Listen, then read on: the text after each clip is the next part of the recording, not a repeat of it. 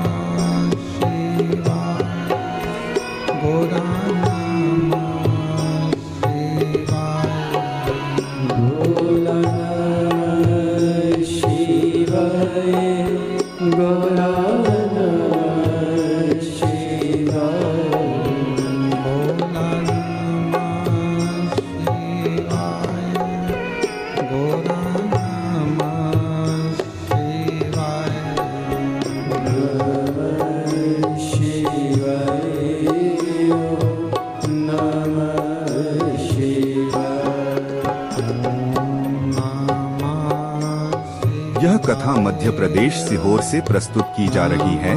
कथा का दूसरा दिन है।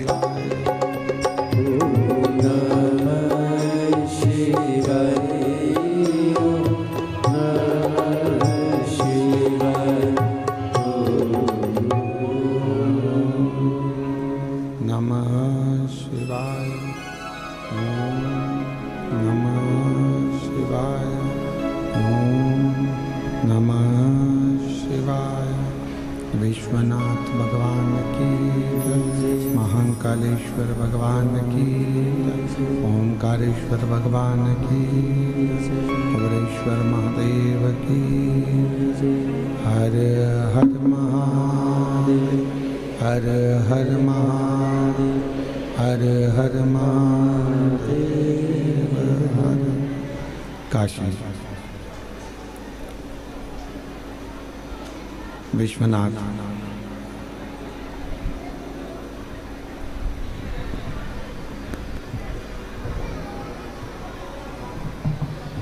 ओगरदानी त्रिकालदर्शी कैलाशी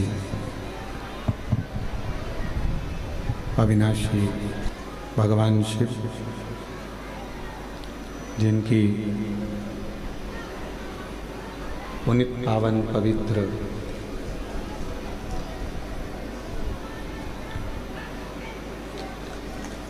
शिव महापुराण की कथा भगवान देवाधिदेव महादेव की कृपा से, करुणा से, उनकी उदारता से ये पवित्र पावन 12 ज्योतिर्लिंग के मध्य कुबेरेश्वर बाबा की पवित्र धरा पर पवित्र शिव महापुराण की कथा कार्तिक के महीने में इस पवित्र धरा से ऑनलाइन आपको श्रवण करने का सौभाग्य प्राप्त हुआ है। बहुत बहुत साधुवाद।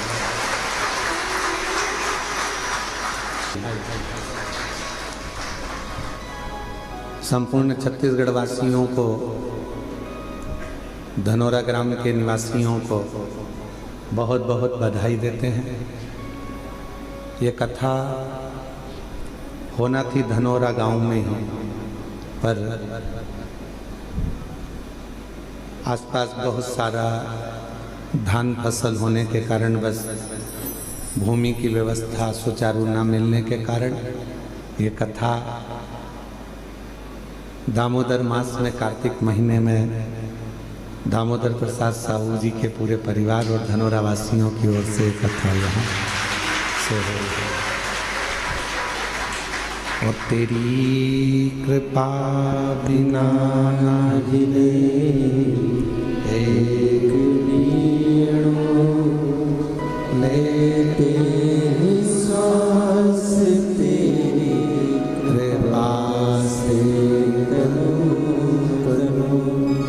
बखान क्या करूं मैं लाखों के नेका जब बबूत में खजाना कुबेर का है गंगाधार मुक्ति द्वार ओंकार तू भोले ओंकार तू आयो शरण तिहारी शंभु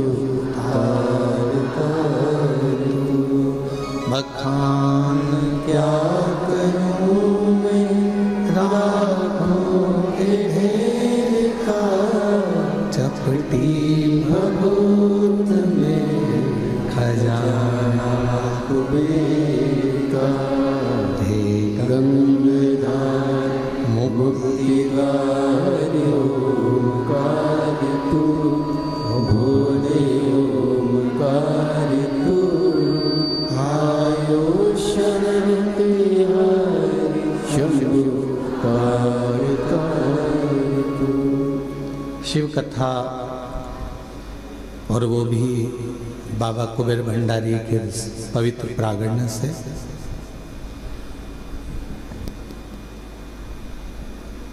कथा ऑनलाइन है, सोशल मीडिया पर भी यहाँ का प्रचार नहीं किया गया कि कुबेरेश्वर धाम से कथा होगी, पर आप लोगों को ना जाने कहाँ से इतनी सूचना मिल जाती है। और बाबा देवरिदम महादेव की कृपा,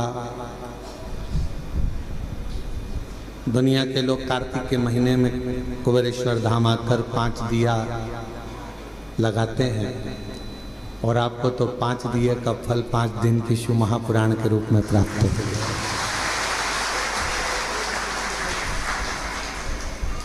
नमस्कार दोस्तों, आप सभी का स्वागत है हमारे YouTube चैनल में। पूज्य श्री पंडित प्रदीप मिश्रा जी के मुखर बिंदु से आप लोगों तक पहुंचा रहा हूं मेरे वीडियो में उनकी कथा का मुख्य। करी है बाबा ने आपका,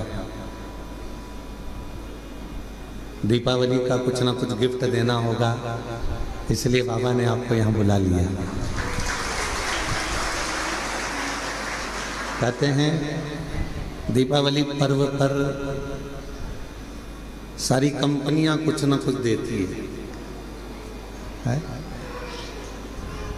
जहाँ नौकरी करते हैं वो भी आपको कुछ न कुछ देकर विदा करते हैं। हमारे यहाँ तो सीहोर में ऐसी रीति है साहू जी की, पड़ोसी भी पड़ोसी के घर मिठाई थाली में रखकर भेजते हैं। तुम्हारे उधर भी है छत्तीसगढ़ में? अच्छा अच्छा, फिर तो तुम हमारे जैसे ही और हम तुम्हारे जैसे हैं, ठीक है। छत्तीसगढ़िया सबले बढ़िया। तो एक दूसरे को मिठाई प्रदान करते हैं, यहाँ से वहाँ, वहाँ से यहाँ, फिर वो मिठाई आती है। उस थाली में से देखते हैं कौन सी चीज़ जोरदार बनी है, फिर उसको निकाल लेते हैं, खा लेते हैं। जब पड़ोसी के घर में दीपावली पर मिठाई भेजता है तो निश्चित है कि आप यदि कुबेरेश्वर धाम पर आए हो या ऑनलाइन अपने अपने घरों से शिव महापुराण की कथा को इस कुबेरेश्वर बाबा की पवित्र धरा से श्रवण कर रहे हो, तो निश्चित है कि मेरा कुबेर भंडारी भी आपकी झोली में कुछ ना कुछ जरूर देगा, ये निश्चित है। और मैंने तेरे ही भरोसे बाबा, तेरे ही भरोसे हवा बिछ उड़ती जागी बाबा।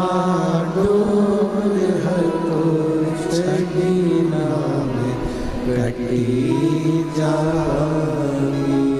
भोले मैं तेरी शंभो मैं तेरी हवा विच उड़ती जागी। बाबा डोर तो छड़ी नाम कटी जागी। शिव कथा मानव जीवन के लिए एक औषधि का कार्य करती है।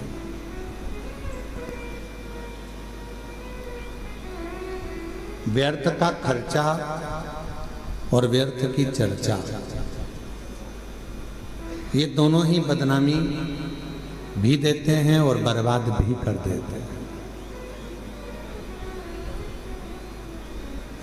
आप किसी की व्यर्थ चर्चा करते रहो तो लोग आपको बदनामी का ठीकरा दे देंगे, इसके पास तो कोई काम नहीं है, निंदा में ही लगा रहता है, निंदा में ही लगी रहती है।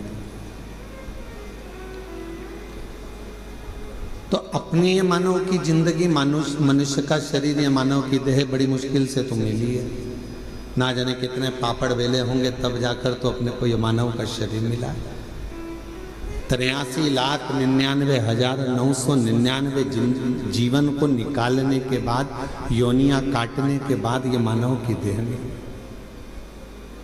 और 84 लाखवें नंबर की अगर ये देह हमको और आपको प्राप्त हुई है और इसको भी हमने व्यर्थ चर्चा में निकाल दिया, तो फिर ये मानव शरीर भगवान क्यों देगा? एक बहू को सास ने पानी भरने के लिए भेजा कि ये तू मटका लेकर जा, पानी भर कर लेकर आ, और वो मटका लेकर गई और मटके को फोड़ दिया। बाल्टी में रस्सी बांधकर नीचे कुएं में उतारना था, उसने मटके में रस्सी बांधकर कुएं में उतार दिया। अब मटका भरकर आ रहा था और झूलते झूलते कुएं के अंदर टकराया, फूट गया। अब जो ऊपर आया वो मटका नहीं था, केवल पानी का मुंह था वो मटके का। अब उसने सोचा कि मटका तो मेरा फूट गया, सास पूछेगी कि कहाँ गया, तो उसने वो मटके का जो मुंह था उसको सिर पे रख लिया, क्योंकि मटका लेकर आई थी तो मटके का मुंह सिर पे रख के लेकर और पहुंच गई घर। सास ने पूछा क्यों री बेटा? जल भरने गई थी तो वो मटका कहाँ गया? तो सास से कहा कि वो तो मैं जल भर रही थी तो फूट गया। तो कहा कैसे फूट गया? तो कहा तू तो पानी भरने गई थी। तो कहा मटके का मुंह बांधा, कुएं में उतारा, टकराया, फूट गया। सास ने कहा तूने बाल्टी को नहीं बांध कर नीचे डाला था? तो कहा मैंने सोचा डायरेक्ट एक ही को भर लेती हूँ, बार बार भरूंगी जाएगा, इससे अच्छा एक ही में भरा जाए। फूट गया। सास ने कहा चल अगली बार तू अच्छे से संभल के लेकर आना। दूसरी बार फिर भेजा उसको। आपकी बार लेकर चली थी तो लेते लेते जब पानी भर कर लेकर आ रही थी तो उसके सिर में चल गई खुजाल। अब सिर पे जो मटका रखा था तो उसने कहा ये मटके को पड़ोसन को दे दूं। पड़ोसन बड़ी वृद्ध थी, संभला नहीं, मटका नीचे गिर गया, टुकड़े टुकड़े लेकर वापिस आ गया। अब जब टुकड़े टुकड़े लेकर वापस आई और टुकड़े टुकड़े लेकर जब वापस पहुंची, फिर सास ने पूछा क्यों मटका कहाँ गया? वो तो ये टुकड़े टुकड़े हो गए, फूट गए। अब आपसे हम पूछें, छत्तीसगढ़ की जीजियों और जितने भी मेरे जीजा हुन बैठे हैं जगह जगह से, तो बोलो जरा क्यों सास को मालूम है कि ईमानदारी से बोलो, एक बार मटका तोड़ दिया, 2 बार तोड़ दिया, 3 बार तोड़ दिया, 4 बार तोड़ दिया, फिर 5वीं बार सास तुम्हें पानी भरने भेजेगी क्या? जम के तो बोलो जरा, नहीं भेजेगी। क्यों? सास को मालूम है मैं मटका देकर भेजूंगी और ये तोड़ देगी, हर बार नुकसान करेगी। इससे अच्छा है कि मैं पानी खुद भर लाऊंगी या दूसरे से भरवा लूंगी, पर इसको नहीं भेजूंगी। बस परमात्मा भी यही सोचता है, एक बार देह दी, मानव का शरीर दिया, इसने भजन नहीं किया। दूसरी बार मानव का शरीर दिया, इसने भजन नहीं किया। तीसरी बार फिर मानव का शरीर दिया, इसने भजन नहीं किया। तो चौथी बार परमात्मा तुम्हें मानव बना के भेजेगा। जब जब मनुष्य का शरीर पाया, दिन भर इधर की चर्चा, उधर की चर्चा, इधर की बात, उधर की बात, तो अगली बार भगवान ने सोच लिया कि इसको मानव बनाकर नहीं भेजना, मेंढक बनाकर भेज देंगे। जब व्यर्थ की ही चर्चा करता है व्यर्थ की ही चर्चा में लगा रहता है, तो फिर इसको मानव का देह क्यों मिला? ये मानव का शरीर क्यों मिला? शिव महापुराण की कथा कहती है व्यर्थ खर्चा और व्यर्थ चर्चा। व्यर्थ खर्चा भी ऐसा ही होता है, फालतू का खर्चा कर रहे हो, यहाँ लगा रहे, वहां लगा रहे, वहां लगा रहे, अच्छी जगह नहीं लगा पाए, तो फिर तो जीवन बेकार।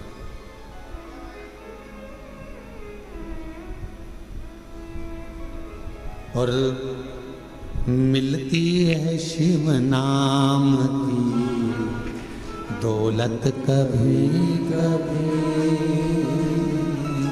मिलती है शिव नाम की दौलत कभी कभी, होती है अपने भाग्य से शिव पुराण कभी कभी। ये प्रभु कृपा से ये मानव देह मिला है, प्रभु कृपा से ये कथा श्रवण करने को मिली है, प्रभु कृपा से ये दामोदर मास, ये कार्तिक का महीना मिला है, और प्रभु कृपा से आप और हम भगवान शंकर की पवित्र चर्चा करने के लिए, शिव चर्चा करने के लिए, शिव उपासना करने के लिए, शिव नाम लेने के लिए, ये कार्तिक के महीने में बैठकर भगवत भजन करने के लिए अपन यहाँ आए, भगवान शंकर की चर्चा करने के लिए अपन आए, शिव नाम लेने के लिए अपन आए। ये प्रभु कृपा से, ये भगवान की कृपा से। और बड़ी मुश्किल से तो मिली, और बड़ी मुश्किल से भगवत भजन मिला, बड़ी मुश्किल से भगवत नाम मिला, बड़ी मुश्किल से मानव का देह मिला, और बड़ी मुश्किल से ये मनुष्य शरीर प्राप्त हुआ, और उसको ऐसे ही गवा दे तो क्या मतलब का? वो कहते हैं ना, मैंने मानव जन्म तुझको हीरा दिया, मैंने मानव जन्म तुझको हीरा दिया, तू व्यर्थ गवाए तुम्हें क्या करूं, तू व्यर्थ गवाए तुम्हें क्या करूं। देखो, हीरे जैसा शरीर दिया परमात्मा ने, ये शरीर प्रदान किया क्यों करा? कि मानव देह मिला है, मृत्यु लोक में जाना, थोड़ा भजन करना। भगवान ने ये कभी नहीं कहा कि तू काम मत कर, भगवान ने ये नहीं कहा कि तू परिवार मत संभाल। मेरा परमात्मा सारे पुराण, सारे वेद, सारे शास्त्र एक बात जरूर कहते हैं कि मृत्यु लोक में आए हो, संसार में आए हो, तो अपने परिवार को पालना भी पड़ेगा, पोषण भी करना पड़ेगा, संभालना भी पड़ेगा, नाते रिश्तों में रहना भी पड़ेगा, कुटुंब कबीले में भी रहना पड़ेगा, सबके साथ रहकर थोड़ा सा समय परमात्मा के लिए निकालना। और मुख से जब तेरे इस मानव देह से दिन भर में एक बार भी श्री शिवाय नमस्तुभ्यम निकल जाए तो समझ लेना मानव देह कृतार्थ।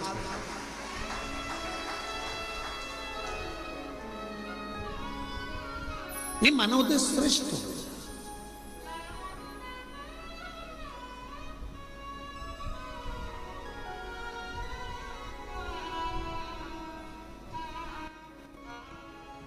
कल एक गुड़गांव से एक बहन जी आई थी, वो एक बात कर रही थी कि गुरुजी, नमस्कार दोस्तों, आप सभी का स्वागत है हमारे YouTube चैनल में। पूज्य श्री पंडित प्रदीप मिश्रा जी के मुखर बिंदु से आप लोगों तक पहुंचा रहा हूं मेरे वीडियो में उनकी कथा का मुख्य। मैंने तेरे ही भरोसे बाबा, तेरे ही भरोसे हवा बिछ उड़ती जावांगी, बाबा डोल छड़ी नाम कटी जावांगी, भोले मैं तेरी बदन शंभू में तेरी बदन हवा बिछ उड़ती जावांगी, बाबा डोल हटो छड़ी नाम कटी जावांगी। आप थोड़ा इंतजार करो, वो आएगा, दुख मिटाएगा। कोई कहे कि हम मंदिर तक ना जाएं, कोई बात नहीं, शरीर में कष्ट है मत जाओ, पर शरीर अच्छा है, चल सकते हो, जा सकते हो, तुम्हारे घर में चल रही है, तो इस शरीर से शिवालय तक जरूर जाओ, शंकर के मंदिर तक जरूर जाओ।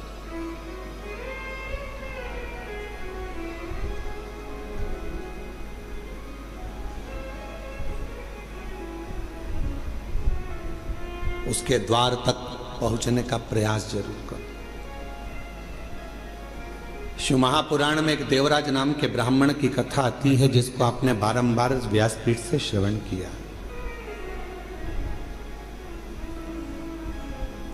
वो देवराज जो कभी भगवान के मंदिर नहीं गया, वो देवराज जो कभी शिवालय नहीं गया, वो देवराज कभी जो शंकर की आराधना में नहीं लगा,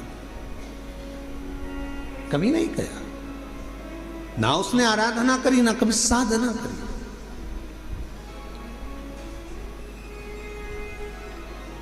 चोरी का धन लिया, एक पर नारी के कहने पर स्त्री के कहने पर, जिससे वो प्रेम करता था, जिससे वो स्नेह करता था, उस नारी के कहने पर रानी के गले का हार चुराकर वो लेकर अपनी उस जिससे प्रेम करता था उसको देने के लिए जा रहा था, और शरीर में पड़ गया ताप, बुखार। इतना ताप पड़ा कि उससे सहन नहीं हुआ कि मुझे ठंड लग रही है, बहुत ठंड लग। कहां जाऊं? टूटा सा शिवालय था, और टूटे से शिवालय में एक दीवार से दुबक कर बैठ गया। अब उसको क्या मालूम कि अंदर एक कोई विद्वान ब्राह्मण बैठा हुआ है और वो शिव महापुराण का पाठ कर रहा है, शिव महापुराण को श्रवण करा रहा।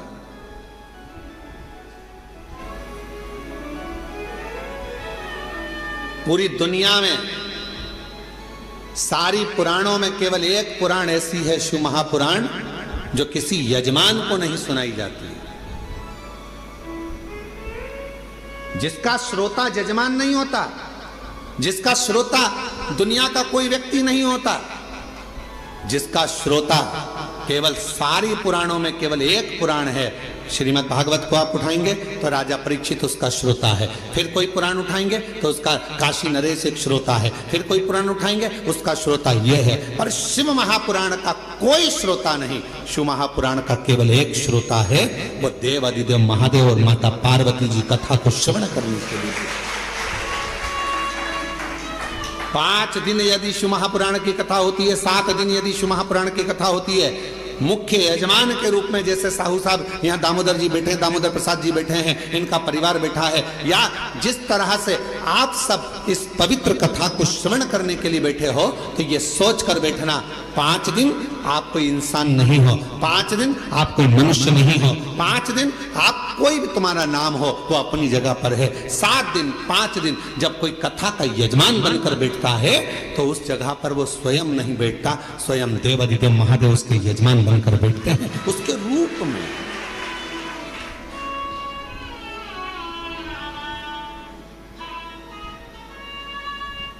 जितने कथा के पंडाल में बैठे हो, जितने कुबेरेश्वर बाबा की धरा पर, कंकर शंकर की भूमि पर तुम जहां बैठे हो, चाहे तुम्हें जहां छांव मिल गई, तुम जहां जाकर बैठ गए, तुम कहीं पर भी बैठकर कथा को श्रवण कर रहे हो, समझ लेना कि आप कोई साधारण नहीं हो। मेरा शंकर आपके रूप में कथा को श्रवण करने के लिए बैठा है, शिव महापुराण की कथा सुनने के लिए बैठा है। और कोई पुराण होती तो हम कह देते कि इस पुराण का यजमान ये है, उस पुराण का यजमान वो है, पर शिव महापुराण की कथा जब चंचुला देवी ने अपने पति बिंदुक के लिए कराई और चंचुला देवी जब पुराण कराने के लिए पहुंची तो स्वयं देवऋषि नारद ने कह दिया कौन सी पुराण कराना है। तो देवऋषि नारद ने पूछा चंचुला देवी से, तुम कौन सी पुराण कराना चाहते हो? तो कहा शिव महापुराण।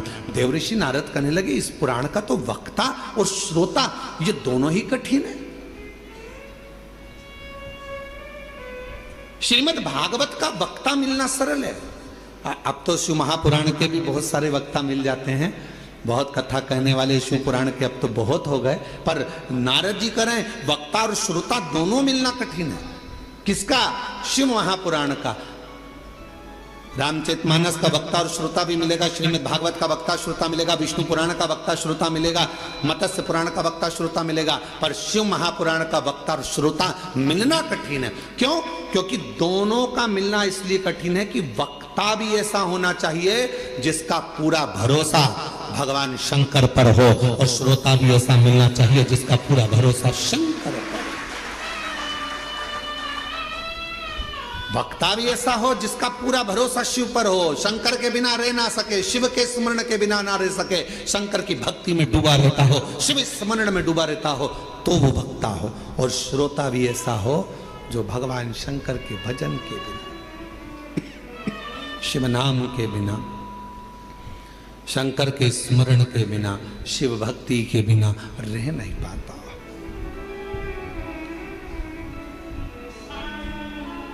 ये जो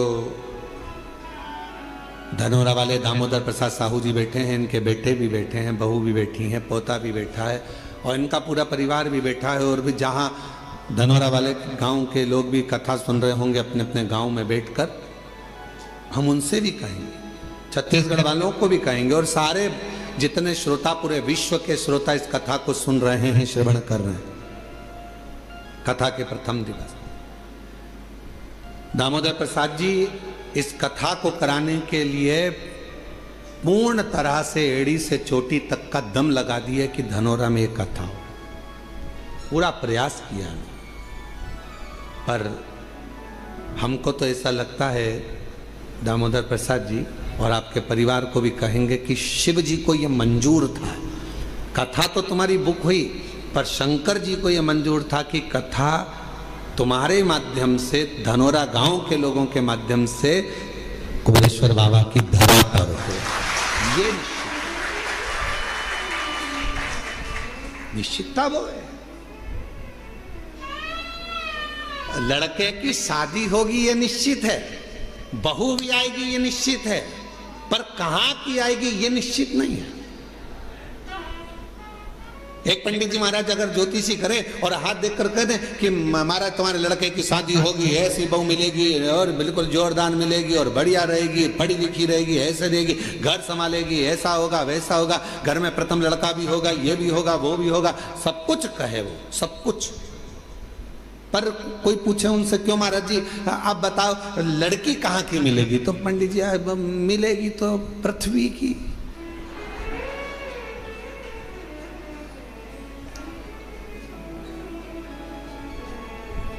मिलेगी तो पृथ्वी की, तो मिलना तो पृथ्वी की, मना नहीं। अब वो कहे नहीं महाराज जी अब वो पृथ्वी की तो मिलेगी, हमें मालूम है कि अंतरिक्ष की थोड़ी ना मिलेगी, ऊपर की थोड़ी ना मिल जाएगी, है? पर ये तो बताओ कि मिलेगी कहाँ की? तो इतने में कहा कि हाँ, उत्तर से दक्षिण और पूरब से पश्चिम, इसी के बीच की मिलेगी।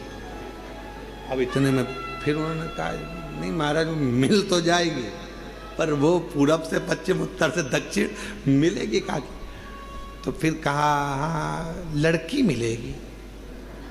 अरे वो लड़की तो मिलेगी, पर मिलेगी तो भगवान ने निश्चित कर दिया, कथा दे दी, इतनी तारीख से इतनी तारीख तक है, धनोरा गांव में होगी, ये होगा वो होगा, सब कुछ निश्चित हो गया। और ये पूछे दामोदर प्रसाद साहू जी से, इनके बच्चों से, टेंट भी हो गया, साउंड भी हो गया, भोजन भंडारे की व्यवस्था भी हो गई, सारा धनोरा गांव छत्तीसगढ़ का एक एक बच्चा तैयार, कथा हो रही है, कथा हो रही है, कथा हो रही है। और मालूम पड़े फिर शंकर जी को कुछ मंजूर होगा। शिव जी ने कहा दामोदर मास में दामोदर प्रसाद तुम हमारे पास आओ,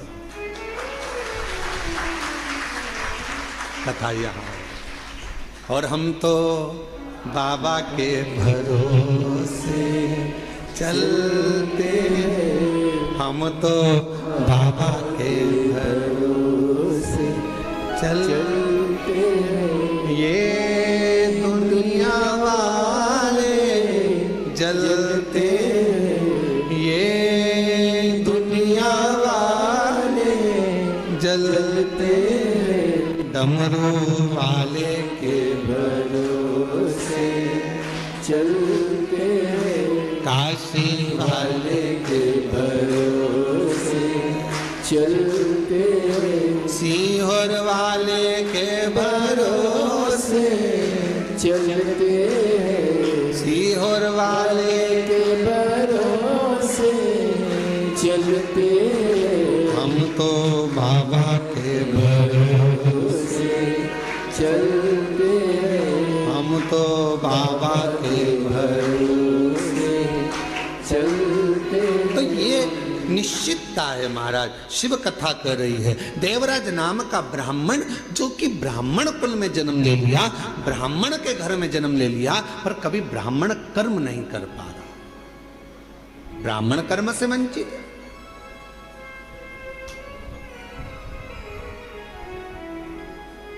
महाराज इस व्यासपीठ से निवेदन करूं आप सभी को, ब्राह्मण हो, क्षत्रिय हो, वैश्य हो, पर याद रखना सबसे पहले आप इस भारत की भूमि पर जन्मे हो, इस हिंदुस्तान में जन्मे हो, तो पहला शब्द आप हिंदू हो, इस बात का स्मरण रखो। आप हिंदू हो, ब्राह्मण हो, क्षत्रिय हो, वैश्य हो, अपनी जगह पर सबसे पहले आप सनातनी हो, भगवान देवाधिदेव महादेव की संतान हो। नमस्कार दोस्तों, आप सभी का स्वागत है हमारे YouTube चैनल में। पूज्य श्री पंडित प्रदीप मिश्रा जी के मुखर बिंदु से आप लोगों तक पहुंचा रहा हूं मेरे वीडियो में उनकी कथा का मुख्य। देवराज ब्राह्मण चोरी का धन लेकर भगवान शिव के पास पहुंचा।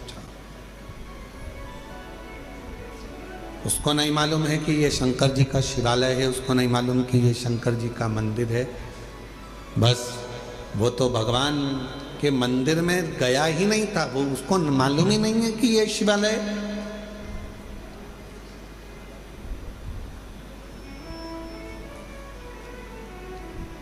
यहां कई लोग आते हैं कुबेरेश्वर बाबा की भूमि पर।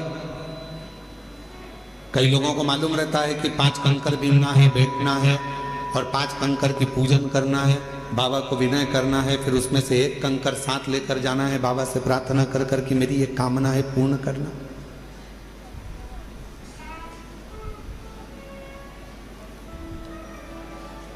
जिनको मालूम है वो करते हैं, जिनको नहीं मालूम वो आते हैं, प्रणाम करते हैं, चले जाते हैं।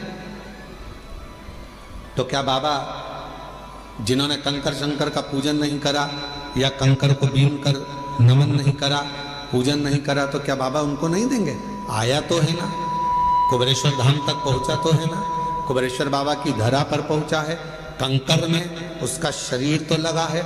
इस कंकर शंकर की भूमि पर 12 ज्योतिर्लिंग के मध्य के इस स्थान पर अगर कोई भूल से भी पहुंच जाता है तो भी मेरा कुबेर भंडारी उसका भंडार भर ही देता है, तो भी बनता।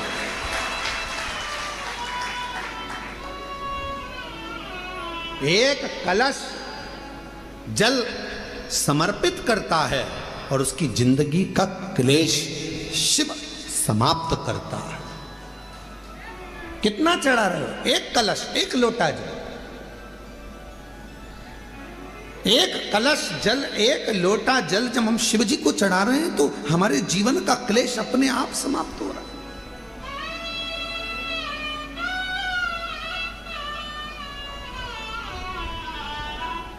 आप तो जानते भी नहीं, कुबेरेश्वर बाबा के धाम आए हैं, शिव के भरोसे, भगवान के भरोसे। थोड़ा देने में देरी कर सकता है, इंतजार आपको करना पड़ेगा। फाइल मोटी है, पढ़ने में थोड़ा समय लग सकता है, पर देगा जरूर। थोड़ी सब्री रखना पड़ेगी और श्रद्धा और विश्वास के ऊपर रखना पड़ेगा। बच्चा भी गर्भ में रहता है तो बच्चे का जन्म भी 9 महीने के बाद होता है। 9 महीने तक माता पिता इंतजार करते हैं, दादा दादी इंतजार करते हैं, नाना नानी इंतजार करते हैं, घर के लोग इंतजार करते हैं। 9 माह तक गर्भस्थ बच्चे का इंतजार किया जाता है कि गर्भ में जो बच्चा है वो जन्म लेगा, समय लगेगा। गर्भस्थ बच्चा 9 महीने तक गर्भ में रहता है, तब जन्म लेता है, इंतजार किया जाता है। थोड़ा इंतजार कर 9 माह। और 9 महीने तक जब वो इंतजार कर रहा है, 9 महीने तक जब वो गर्भस्थ में इंतजार कर रहे हैं कि जन्म लेगा जन्म लेगा, उसी तरह एक बच्चा भी जन्म लेने में 9 महीने लगा देता है। आप शिव जी के मंदिर में जाकर 1 लोटा जल चढ़ाना प्रारंभ करो, आप शंकर जी की आराधना करना प्रारंभ करो, आप श्री शिवाय नमस्तुभ्यम बोलना प्रारंभ करो, आप शिव पर पूर्ण भरोसा रखना, पूर्ण विश्वास रखना प्रारंभ करो, तो 9 महीना तो नहीं, विश्वास से कहता हूं 3 महीने में मेरा बाबा तुम्हारा भंडार भरना प्रारंभ करेगा, निश्चित है। आप करो तो।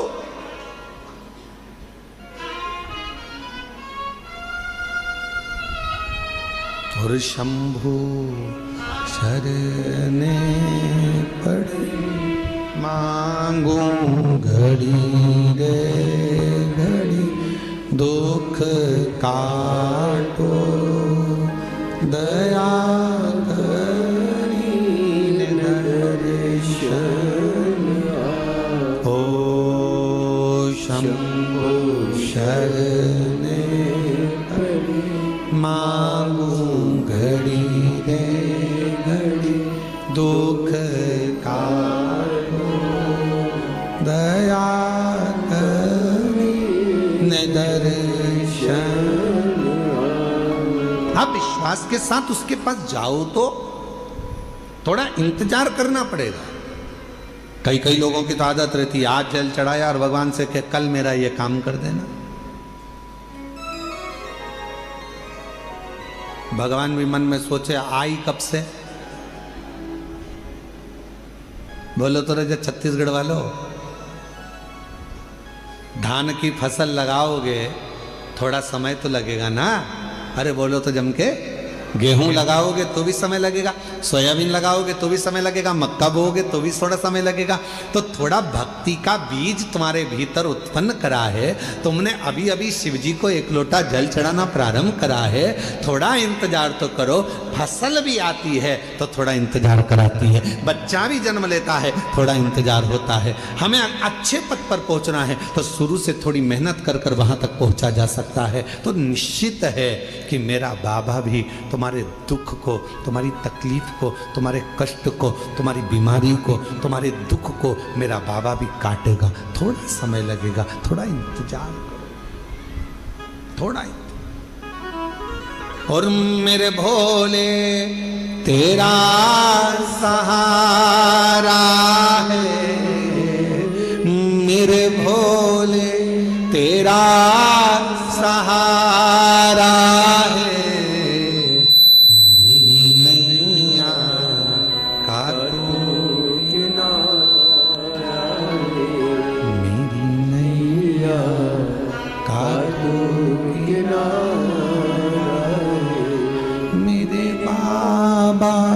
तुझे पुकारा है मेरे बाबा, तुझे पुकारा है, मेरी नैया का तू किनारा है, मेरी नैया का तू किनारा है। शिव की भक्ति के बिना कुछ भी नहीं मिल सकता। साहू जी, दामोदर प्रसाद जी, धनोरा वाले, ये जो सूरत वाले जजमान बैठे हैं, इनकी जो धर्मपत्नी बैठी है, 11 पंडाल, 11 ना 5 पंडाल, पंडाल के पीछे, आगे तो जगह मिलती नहीं पंडालों में चले जाओ तो, पंडाल में बिल्कुल पीछे अपनी दरी बिछाकर, अपनी पट्टी बिछाकर, अपना घर से सूरत से थेपला बनाकर लाती थी और स्वयं बैठकर खाती और आसपास वालों को भी थोड़ा थोड़ा कुछ खिलाती रहती।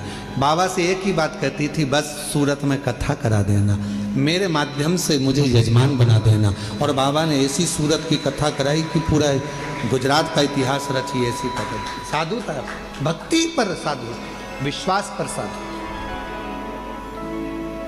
विश्वास पर साधु।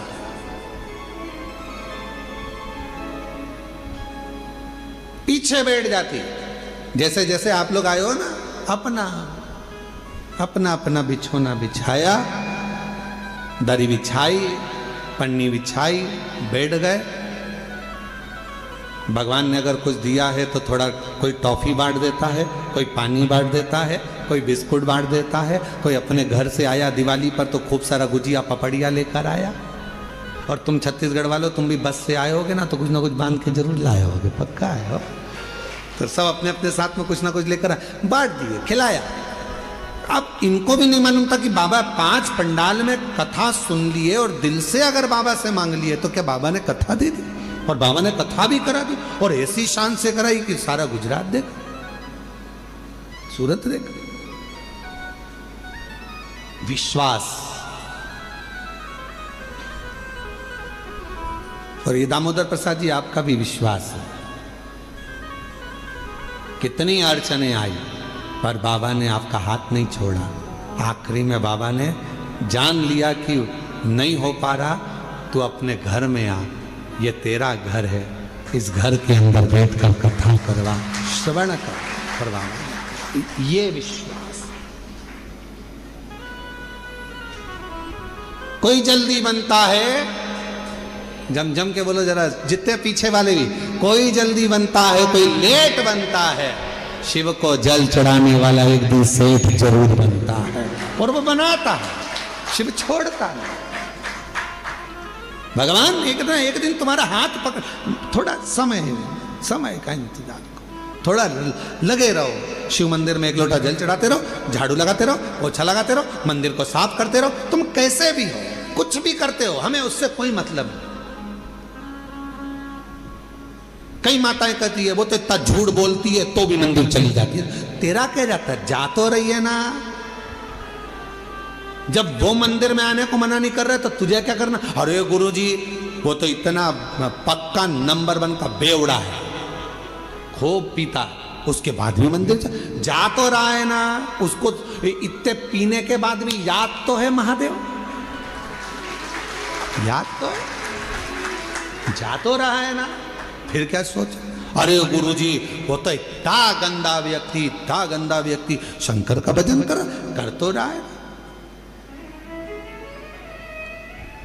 गिद्ध अजामिल गणिका जैसे, अब जरा विचार करो, गिद्ध अजामिल गणिका जैसे तेरे मन को भाई, जरा सी हम पर कर दो, जरा सी हम पर कर दो। तेरी कृपा का क्या है भरोसा, ना किस पर हो जाए जरा। अब कैसा, अब गिद्ध तो अजामिल गणिका, ना जाने कैसे कैसे किस किस का वर्णन करें हम, जिन्होंने जब सबको संभाल लिया, सबका हाथ पकड़ लिया, सबको तार दिया, तो विश्वास है कि कोई कितना भी पापी क्यों ना हो, कितना भी पापी क्यों ना हो, अगर वो शंकर भगवान का भजन कर रहा है। लंका का राजा रावण, कंस, हिरण्यकशिपु जैसे ना जाने कितने अंधकासुर जैसे, ना जाने कितने तारकासुर जैसे, ना जाने कितने कितने असुर भगवान शंकर की भक्ति कर कर आखिरी में शिवधाम को चले गए। शिव उसको संभाल लेता है, शिव उसको संभाल।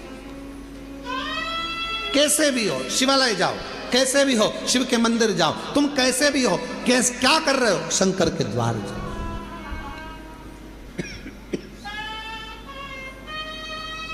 अभी इससे पहले कथा थी, कहाँ पर थी, इससे पहले कहाँ थे, शिरडी में। शिरडी में एक पत्र आया था, शायद वो मछली बेचती थी, शिरडी में आया था ना पत्र, मछली बेचती थी, और पूरे मोहल्ले की माताएं उससे चिढ़ती थी, मछली बेचती है, शंकर जी के मंदिर जाती है, मछली बेचती है, शंकर जी के मंदिर जाती है, और भगवान तेरी नहीं सुनेगा। और भगवान देवाधिदेव की ना तो उसने पशुपति व्रत छोड़ा, ना उसने लोटा भर जल चढ़ाना छोड़ा। आखिरी में वो मछली भले बेचती थी, पर मेरे शंकर ने उसका हाथ पकड़कर उसको भी मंजिल तक पहुंचा ही दिया। कैसी है शिव की तो।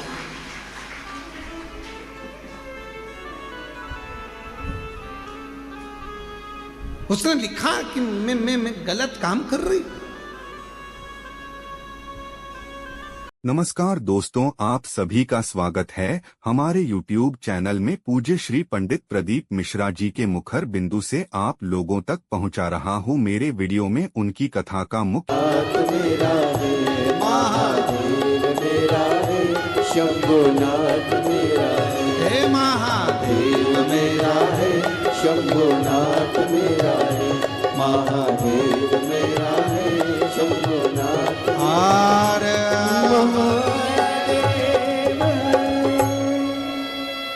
अपने स्थान पर बैठकर भगवान देवाधिदेव महादेव से, कंकर शंकर की पवित्र भूमि है, जहाँ जगह मिले वहाँ बैठकर बाबा को प्रार्थना करो।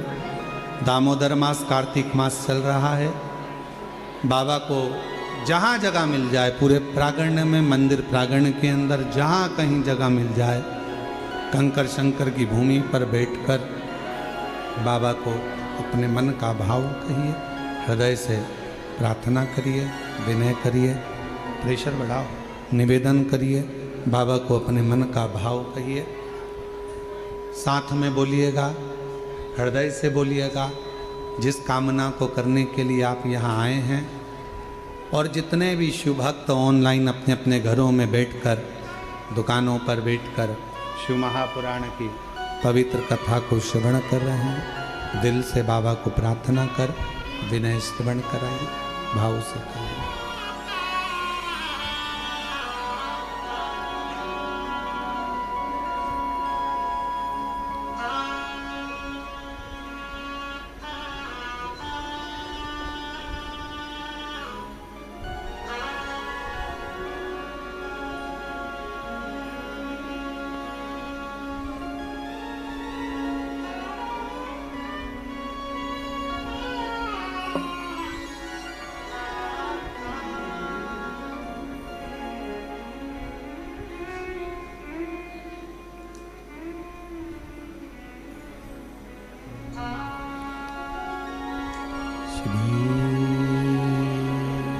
शिवा नमस्तुभ्यं, श्री शिवा नमस्तुभ्यं, श्री शिवा नमस्तुभ्यं, श्री शिवा नमस्तुभ्यं, श्री शिवाय नमस्तुभ्यं।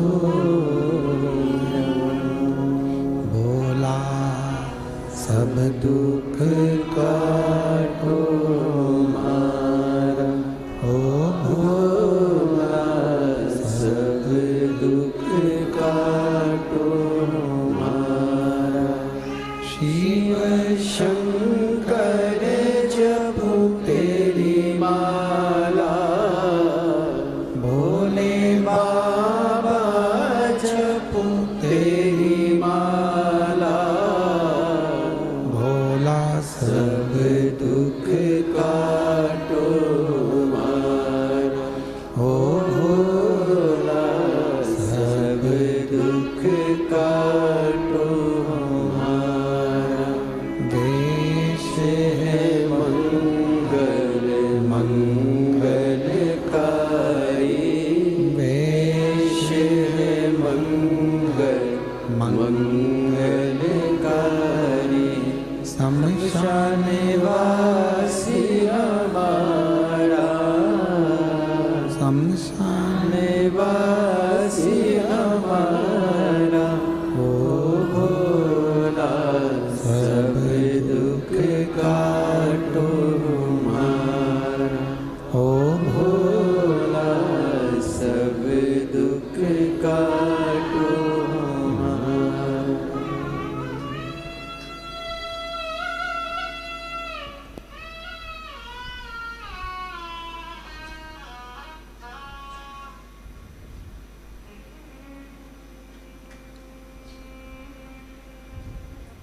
बाबा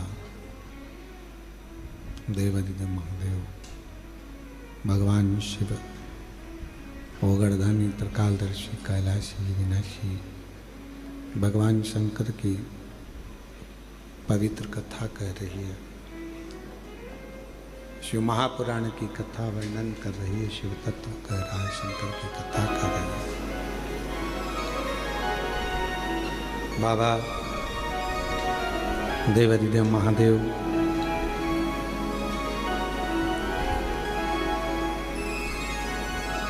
देवराज का कथा का प्रसंग कैसा भी है देवराज, पर उसने शिव के मंदिर में जाकर भगवान शंकर की पवित्र शिव महापुराण की कथा को श्रवण कर कर अपने जीवन को संवार लिया, अपने जीवन को सुधार लिया। कैसे भी हो आप भगवान देवाधिदेव महादेव को समर्पित रहो, जैसे भी।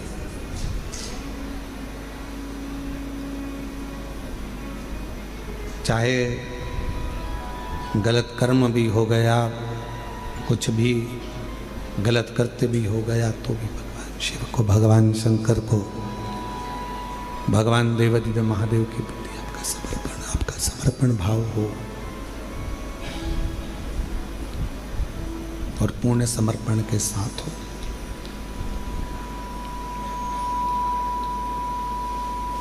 जब पूर्ण समर्पण मनुष्य का परमात्मा के प्रति हो जाता है, आपको लगता है कि आप शिव के प्रति पूर्ण समर्पित हो, पर शिव महापुराण की कथा कहती है कि मेरा देवाधिदेव महादेव जब आपको पूर्ण समर्पण अपनी ओर करवा लेता है तो वो भी पूर्ण समर्पण के साथ आपके दुख को काट देता है,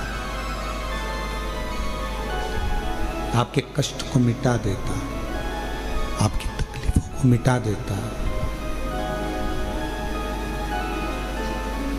पर थोड़ा इंतजार बहुत जरूरी है। बक्सों का प्रेशर बढ़ाओ, चोंगों का प्रेशर बढ़ रहा है, थोड़ा इंतजार जरूरी है। और जब हम प्रतीक्षा करेंगे भगवान शिव की अविरल भक्ति की, कि हम जो भक्ति कर रहे हैं, हम जो एक लोटा जल चढ़ा रहे हैं, हम भगवान शंकर का गुणगान कर रहे हैं, स्मरण कर रहे हैं, तो शिव उसको स्वीकार जरूर करेगा, शंकर उसको स्वीकार। अब आप बताओ, आपने इतने सालों से कथा सुनी है, हम आपसे एक प्रश्न पूछें कि देवराज नाम के ब्राह्मण ने शिव जी को दिया क्या था? भगवान शंकर को कुछ दिया था देवराज ने? चोरी का धन लेकर आया था, और चोरी का धन लेकर आया और वो शिवालय में चोरी के धन को लेकर इसलिए बैठा था क्योंकि शरीर में ताप पड़ रहा था, बुखार पड़ रहा था, उसको ठंड लग रही थी, तो वहां दुबक कर बैठ गया। उसने शिव जी को कुछ दिया, भगवान देवाधिदेव महादेव को कुछ प्रदान करा? कुछ भी। उसने शंकर जी का नाम लिया क्या? कुछ नहीं। क्या दिया उसने शिव? क्या प्रदान करा उसने शंकर भगवान? और बिना दिए तो कुछ मिल नहीं सकता, ये निश्चित। बिना दिए तो कुछ भी नहीं मिलेगा। एक राजा के मन में आया कि लोग मरने के बाद कब्र के अंदर होता क्या है? जब व्यक्ति मर जाता है तो कब्र के अंदर रहता है, तो आखिर होता क्या है, मुझे मालूम करना है। राजा ने अपने नगर में सूचना पहुंचाई, पूरे नगर में, नगर के आसपास में सूचना करी, जो व्यक्ति मुझे बताएगा कि कब्र के अंदर मरने के बाद क्या होता है, तो मैं उसको मुंह मांगा इनाम दूंगा। अब राजा में इतनी अकल नहीं थी कि मरा हुआ व्यक्ति वापिस आके बताएगा कैसे कब्र में से निकल करके हुआ क्या है, पर उसने सूचना कर दी, कोई भी व्यक्ति कब्र के अंदर सो जाए और मुझे बाद में आकर बताए कि कब्र के अंदर क्या हुआ। पूरे नगर में सूचना होगी। वहीं पर एक बहुत लोभी व्यक्ति रहता था। उसने मन में सोचा कि राजा कह रहा है कि मुंह मांगा धन, तो मैं उससे 20,000 सोने की मुद्रा मांग लूंगा और मैं बता दूंगा आकर कब्र में होता क्या। तो पत्नी ने समझाया, कैसी बात करते हो, जब तुम कब्र में सो जाओगे, मिट्टी ढल जाएगी, तो मर जाओगे, तो फिर बताओगे कैसे? पति बोला कि तू चिंता मत कर, मेरे पास सारी जुगाड़ है, सब कुछ कर सकता हूँ, बहुत जोरदार व्यवस्था करके मैं सारा काम कर सकता। तू काहे को चिंता करता, अभी तू देख मैं सारी प्लानिंग करके अभी बताता हूँ। और राजा के पास पहुंच गया और राजा के पास जाकर उसने कहा कि मेरे पास सारी व्यवस्था है, सारी प्लानिंग है मेरे पास में, और मैं कब्र में सोने को तैयार हूँ। नगर के लोगों ने समझाया, पत्नी ने समझाया, रिश्तेदारों ने समझाया, बच्चों ने समझाया, ऐसा मत करो, मर जाओगे। उसने कहा नहीं, मैं तो 20,000 सोने की मुद्रा है। राजा ने कहा दिया, तू जा।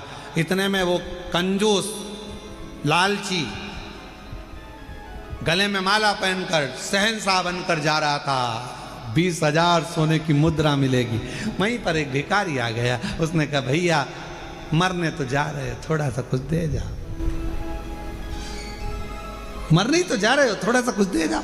हाँ, उसने धक्का मार कर कहा हट, दिख नहीं रहा 20,000 मुद्रा मिलने वाली, चल हट। तो फिर आ गया, भैया कुछ तो दे जा। इसको गुस्सा आ गया, नीचे पड़ा था कचरा, पेड़ की पत्तियां, उसने वही सूखी पत्ती उठा के उसके कटोरे में डाल दी, ले जा। और वो भिखारी भिक्षुक चले गया। इसको कब्र के अंदर सुलाया गया।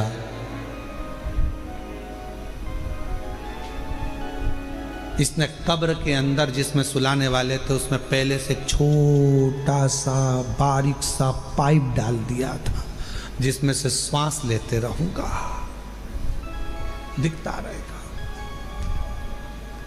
अब कब्र के अंदर इसको सुलाया, मिट्टी डाल दी।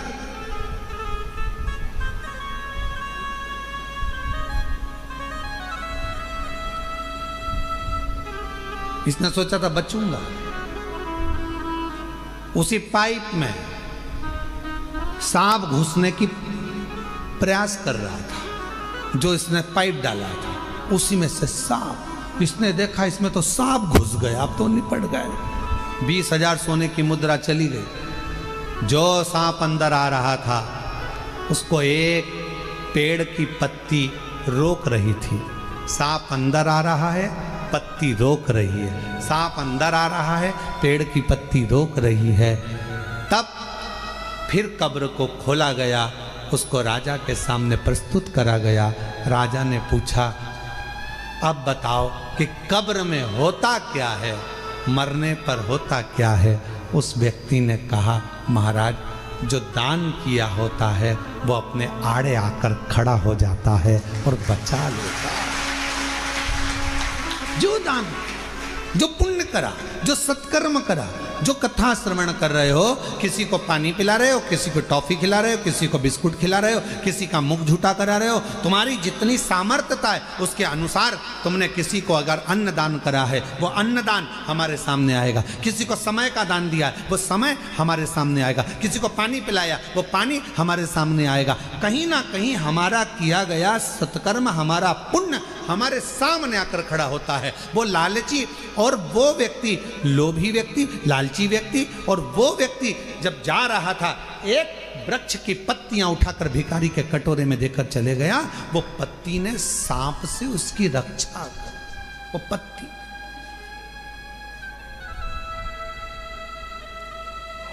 इसलिए फिर निवेदन करूं मैं कि मत बुरे कर्म कर बंदे वरना पछताएगा। भगवान की आंखों से तू बच नहीं पाएगा, तू बच नहीं पाएगा।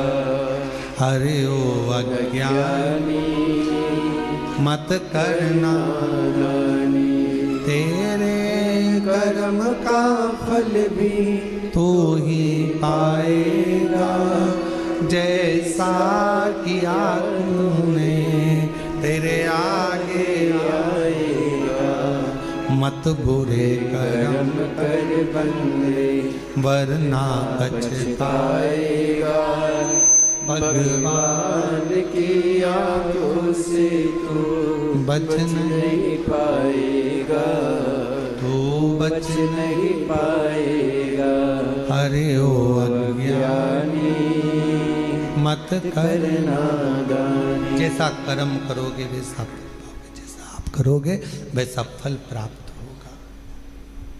नमस्कार दोस्तों, आप सभी का स्वागत है हमारे YouTube चैनल में। पूज्य श्री पंडित प्रदीप मिश्रा जी के मुखर बिंदु से आप लोगों तक पहुंचा रहा हूं मेरे वीडियो में उनकी कथा का मुख्य।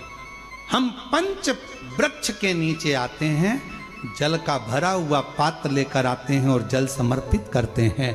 जब वो खाली पात्र हमारे वृक्ष के नीचे से जाता है तो वो खाली नहीं रहता, हम उसे लक्ष्मी से परिपूर्ण कर कर भेज देते हैं। ये शमीक है। अब ना जाने तुमको कौन कह देता है कि उसमें दूध चढ़ा दो, उसमें तुम दही चढ़ा दो, उसमें ये चढ़ा दो, उसमें इत्र चढ़ा दो। किसी का कहना मत मानो, आप शिव महापुराण का कहना मानो। एक लोटा जल शमी के वृक्ष के नीचे चढ़ाओ, बेलपत्र के वृक्ष के नीचे चढ़ाओ, चाहे आप बड़े वृक्ष के नीचे चढ़ाओ, चाहे आप आंवले के वृक्ष के नीचे चढ़ाओ, चाहे पीपल के नीचे चढ़ाओ, पर जल चढ़ाओ। इसके सिवा कोई सामग्री। अभी हमने देखा कई लोग, अभी दीपावली के पहले हमने देखा भारत के भूमि में कई ऐसे लोग हैं जो ना जाने कहां कहां से ऐसे लोग पृथ्वी पर आ गए हैं जो लक्ष्मी की पूजन करते हैं और अगले साल की लक्ष्मी को उठाकर पीपल के पेड़ के नीचे धरी आते हैं। आंवले के वृक्ष के नीचे रखे आएंगे, कहीं बड़े वृक्ष के नीचे रखे आएंगे। रोड के किनारे जितने वृक्ष लगे हैं सबके घर की लक्ष्मी मैया, सबके घर की लक्ष्मी जी की मूर्ति, गणेश जी की मूर्ति, इस देवता की मूर्ति, उस देवता की मूर्ति, सारी मूर्तियां पेड़ों के नीचे रखी हुई है। तुम्हें कौन ने अकल दे दी ऐसी? तुम्हें अकल किसने दी ऐसी? कौन ने विवेक दे दिया कि घर की पुरानी मूर्ति को पेड़ के नीचे ले जाकर रख दो? तुम्हारे घर की पुरानी मूर्ति है, घर में एक बाल्टी लो, घर में एक टब लो, उस बाल्टी में पानी भरो, तुम्हारे घर की पुरानी मूर्ति उस पानी के अंदर डाल के रखो। जितने दिन में गल जाए, 15 दिन, 20 दिन, 25 दिन, जब गल जाए तब उस मूर्ति की मिट्टी को किसी पेड़ के नीचे ले जाकर डालो, पर अपने देवी देवता को किसी वृक्ष के नीचे ले जाकर मत रखो। उनका अपमान मत करो, उनका अपमान मत करो। ना जाने कौन ऐसा विवेक दे देता है तुमको, ना जाने कौन ऐसी बुद्धि दे देता है कि भगवान की अगले साल की मूर्ति को गणेश जी की उठाओ, पेड़ के नीचे रखिया, लक्ष्मी जी की मूर्ति उठाओ, पेड़ के नीचे रखिया, देवता की मूर्ति उठाओ, पेड़ के नीचे रखिया। नहीं, उस मूर्ति को अपने घर की पानी की बाल्टी में, पानी में उसको गलाओ, मिट्टी इकट्ठी हो जाए तब पेड़ में डालिया, पेड़ में डालिया। करोगे? अरे बोलो तो जम के कि यहाँ से सुनी और यहाँ से निकाल दी, बची कुची थी, कथा में से गए तो झटकार दी। घर के लोगों ने पूछा कथा में गई थी सी और कुबरेश्वर धाम क्या लेके आई? महाराज ने सुनाया तो बहुत कुछ था, पर समझ में नहीं आया करना क्या। समझो, हमारे देवता का अपमान हम क्यों करें? हमारे देवी देवता को लोग देखकर हंसते हैं। जब ड्राइवर गाड़ी चलाते हैं और पेड़ के किनारे पर जो मूर्तियां रखी रहती है, उनको तो मालूम ही नहीं है कि पेड़ के किनारे मूर्ति रखी है। उनने तो गाड़ी चलाते मुंह में गुटखा भरा हुआ है, तंबाकू भरा हुआ है, पिचकारी मार दी, वो तुम्हारे देवता पर गई। तुम्हारे को बददुआ नहीं लगेगी? तुमको अपशब्द नहीं लगेगा? जरा विचार करिए। इसलिए पेड़ों के नीचे मूर्ति रखना बंद करिए, उस मूर्ति को घर में ही बाल्टी में गलाओ, मिट्टी तैयार करके वो पेड़ के नीचे चढ़ाओ, स्वीकार हो। हमारी बात का लोगों को बुरा जरूर लगेगा, लग जाए तो फिर भी, वैसे भी हमारी बात का बहुत बुरा लगता है, तो इस बात का भी अगर बुरा लगे तो मैं हाथ जोड़कर निवेदन करता हूं, क्षमा करिएगा। पर हमारे सनातन धर्म पर कोई उंगली उठाए, हंसे, ये हमें स्वीकार नहीं, ये हमें स्वीकृत नहीं है महाराज, ये स्वीकृत ही नहीं। शिव तत्व कह रहा, भगवान स्वीकार करें। शमी के वृक्ष के नीचे की मिट्टी और शमी की पत्ती, अवधूतेश्वर महादेव का नाम लेकर यदि यूरिन से जुड़ा हुआ कोई भी प्रॉब्लम होता है तो नाभि के नीचे गीली कर कर उस मिट्टी को लगाया जाए। 5 मिनट, 7 मिनट, 5-7 मिनट तो बहुत हो गए, 5 मिनट में आपको उसका फर्क दिख जाएगा। 5 मिनट यूरिन आना प्रारंभ हो जाए। शमी के पत्र में वो बल होता है, शमी के पत्र।